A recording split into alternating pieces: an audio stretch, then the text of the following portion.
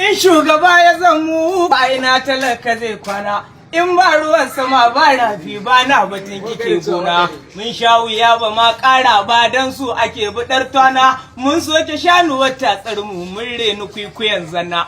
Kai da abinci ba haufi ko kazar gidan mu ta shana, kaga gajalab da matsinta an kai ta an baza rana.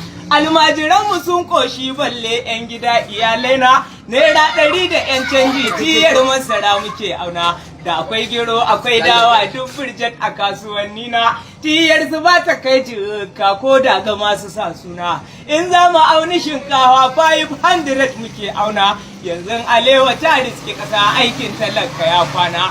Ko da ina da albashin shinkafar da dole sai auna, in ban wuce level 10 ba to fa buhunta ya fi ƙarfi na. Da in ina da 8,000 duk girman buhu da canji na, yanzu ko ba a mazance tsadar ta yawa.